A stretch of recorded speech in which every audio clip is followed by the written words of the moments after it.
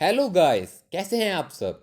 स्वागत है आप सबका इस नॉलेज से भरी एक और वीडियो में। लास्ट वीडियो में हमने बात की थी क्या है यूनिवर्स के। आज का टॉपिक उससे भी इंटरेस्टिंग है। जी हाँ, आज हम बात करेंगे यूनिवर्स शुरू कैसे हुआ। शुरुआत में यहाँ क्या था। हम अक्सर ही सुनते हैं इंसान इतने साल पहले आया, धरती इतनी पुरानी है, सूरज इतना पुराना है। तो कभी सोचा है इससे पहले क्या होगा। तो आज हम इस टॉपिक को डिटेल में समझते हैं और सारी science related facts and term को अच्छे से एक्सप्लेन करेंगे। तो चलिए शुरू करते हैं। तो बात दरअसल ऐसी है कि जो भी है आज हमारे आसपास है सब कुछ, यानी कि सारा ordinary matter, black matter and black energy एक एटम से भी छोटे कण में मौजूद थी। और उसका वेट इक्वल था आज के यूनिवर्स के इक्वल, क्योंकि इनडायरेक्टली तो वो एक यूनिवर्स ही था। तो आप खुद सोच सकते हैं कि उसकी डेंसिटी कितनी ज़्यादा होगी। प्रेजेंट टाइम पर ब्लैक होल को सबसे डेंस चीज माना जाता है और उसकी डेंसिटी होती है अबाउट 10 की पावर 45 की रेंज के आसपास। तो यूनिवर्स की डेंसिटी उस टाइम थी करीब 10 की पावर 60 के रेंज में। मतलब 10 के पीछे 60 जीरोस, उतनी डेंसिटी थी उसकी उस टाइम। और इतना कंप्रेस्ड होने के कारण यूनिवर्स का टेम्परेचर था 10 की पावर 100 डिग्री सेल्सियस की रेंज का। यूनिवर्स की स्टडी को साइंस का one of the most difficult topic माना जाता है, क्योंकि हमारे सभी साइंस लॉ यहाँ फेल हो जाते हैं। यहाँ तक कि theory of relativity and Newton's famous law of motion भी यहाँ फेल हो गए। जो हम अक्सर ग्रेविटेशनल कांस्टेंट यूज करते हैं, जो होता है G = 6.67 इंटू 10 की पावर-11, वो भी यहाँ एप्लीकेबल नहीं है। तो चलिए करते हैं बात बिग बैंग से पहले उस कण में क्या था। तो उस स्मॉल पार्टिकल में अब 4 फोर्सेस अवेलेबल थी। Force of gravitation, Coulomb's force, weak nuclear forces and strong nuclear forces. ये सब फोर्सेस ने इकट्ठा होकर 13.78 बिलियन ईयर्स पहले उस पार्टिकल में ब्लास्ट करवाया। और 1 सेकंड के करोड़वें हिस्से में ही सारा यूनिवर्स सेट हो गया, जो कि हम आज देख रहे हैं। माना यह जाता है कि एक्सप्लोजन का रिजल्ट सिर्फ एक तरफ को प्रोड्यूस हुआ और हल्के पार्टिकल्स ज़्यादा स्पीड से ट्रेवल किए और भारी पार्टिकल्स स्लो। यही कारण है कि हमें ऐसा दिखता है कि फार अवे गैलेक्सीज हमारी गैलेक्सी से अवे जा रही हैं। और इसी से बर्थ होता है रेड शिफ्ट टॉपिक का। उस टाइम इस ब्लास्ट के कारण सभी पार्टिकल्स लाइट ऑफ स्पीड से भी कई गुना तेज ट्रेवल किए थे, तभी वो इतने कम टाइम में पूरे सेटल हो गए। जैसे कि हम जानते हैं कि कोई भी वस्तु तब तक अपनी कांस्टेंट स्पीड से ट्रैवल करती है जब तक कोई एक्सटर्नल फोर्स उसे ओपोज ना करे। वैसे ही अब यूनिवर्स में कोई ओपोजिशन ना होने के कारण हमारा यूनिवर्स अभी भी एक्सपेंड हो रहा है। वेल, एक्सपेंशन ऑफ यूनिवर्स को हम एक अलग टॉपिक देंगे। इस एक्सप्लोजन का बहुत इंटरेस्टिंग फैक्ट ये है कि जब बहुत ज़्यादा प्रेशर से पार्टिकल रिलीज हुए तो सारी हीट भी वाइप आउट हो गई और मोस्टली गैसेस ने उन्हें एब्जॉर्ब कर लिया और स्टार बनाने के प्रोसेस में बिजी हो गई। एकदम से एक्सपेंशन के कारण यूनिवर्स का टेम्परेचर बहुत कम हो गया। आप ये जान के हैरान रह जाएंगे कि आज यूनिवर्स का अप्रॉक्सीमेट एवरेज टेम्परेचर है -270 डिग्री सेल्सियस, यानी ऑलमोस्ट एब्सोल्यूट जीरो। अब मैंने आपको कहा कि 13.78 बिलियन ईयर्स कि पहले ये सब हुआ। सोचा तो आपने भी होगा कि इसकी असम्पशन कैसे लगी। मैंने ये आपको किस बेसिस पे बता दिया।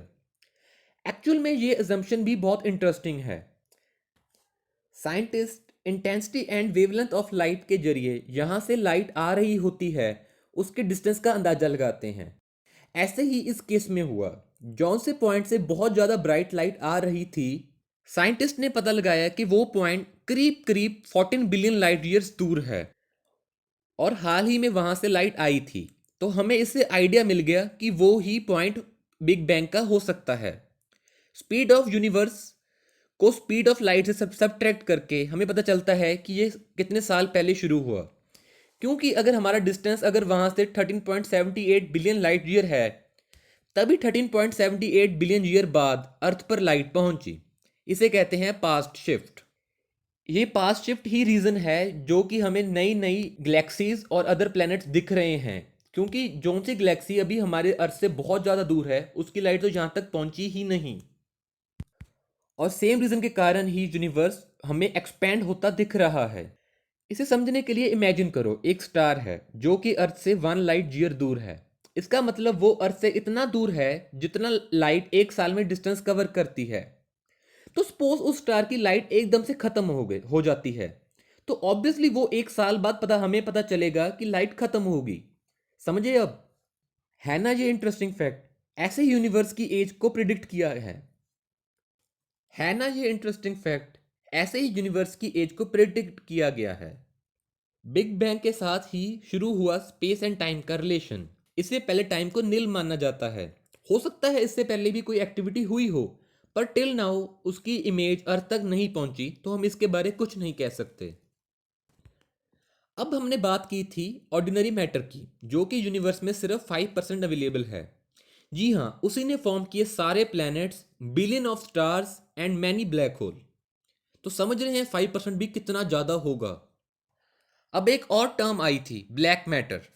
अगर आप में से किसी ने अवेंजर्स 2012 देखी हो तो आपको याद होगा कि जब आयरन मैन मिसाइल को स्पेस शिप की तरफ छोड़कर वापस अर्थ पर गिर रहा होता है, कैप्टन अमेरिका को पोर्टल बंद करना पड़ जाता है। जब पोर्टल बंद हो रहा होता है, तब शायद आपने नोटिस किया होगा। Close it.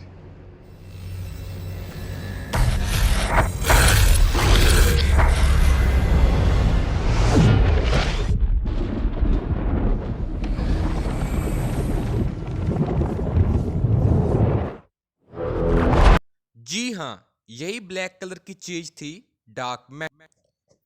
ये एक तरह का मैटर है, पर इसकी डेंसिटी और मास कम होने के कारण ये वैक्यूम टाइप ही लगता है। 26% मौजूद होने के कारण ये अपनी ग्रेविटी के कारण एक्सपेंशन ऑफ यूनिवर्स को स्लो डाउन करता है।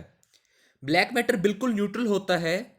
ये कोई इलेक्ट्रोमैग्नेटिक वेव को रिफ्लेक्ट और रिफ्रैक्ट नहीं करता, जिसके कारण इसकी डिटेक्शन बहुत टफ है।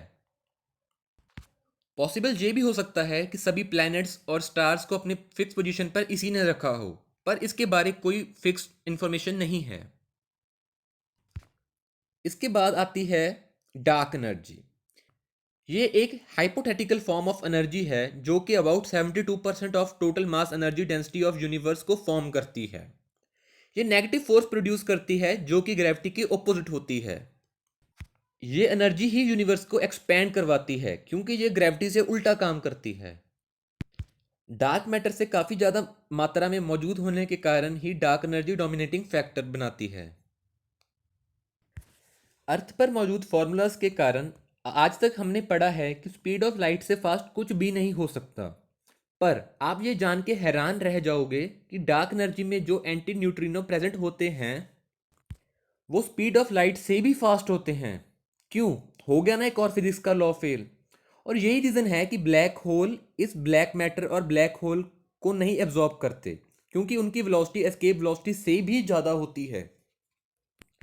और डार्क एनर्जी का एक और फैक्ट है कि इसे ही एंटी ग्रेविटी कहा जाता है। और बाकी के नॉर्मल पार्टिकल्स बिग बैंग के बाद नॉर्मल एक्टिविटी में लग जाते हैं, जैसे कि रॉक कोलाइड होकर प्लेनेट फॉर्म करती है, हाइड्रोजन के मैसिव क्लाउड फॉर्म करते हैं स्टार्स। बाकी के सभी प्रोसेस बहुत टाइम कंज्यूमिंग हैं, लाइक स्टार की लाइफ, प्लेनेट की फॉर्मेशन एटसेट्रा। टेम्परेचर भी यूनिवर्स का धीरे धीरे कम हुआ। अब इसके बाद क्वेश्चन आता है, यूनिवर्स की प्रॉपर्टीज क्या होंगी? क्या मास है, क्या साइज है, उसे कैसे नापा गया? ये होगा टॉपिक अपने नए वीडियो का। तब तक के लिए goodbye and take care. और जाने से पहले हमारा चैनल सब्सक्राइब करें और वीडियो को लाइक करें। और आपको अगर वीडियो इंटरेस्टिंग लगी तो अपना रिव्यू जरूर दें। Thank you.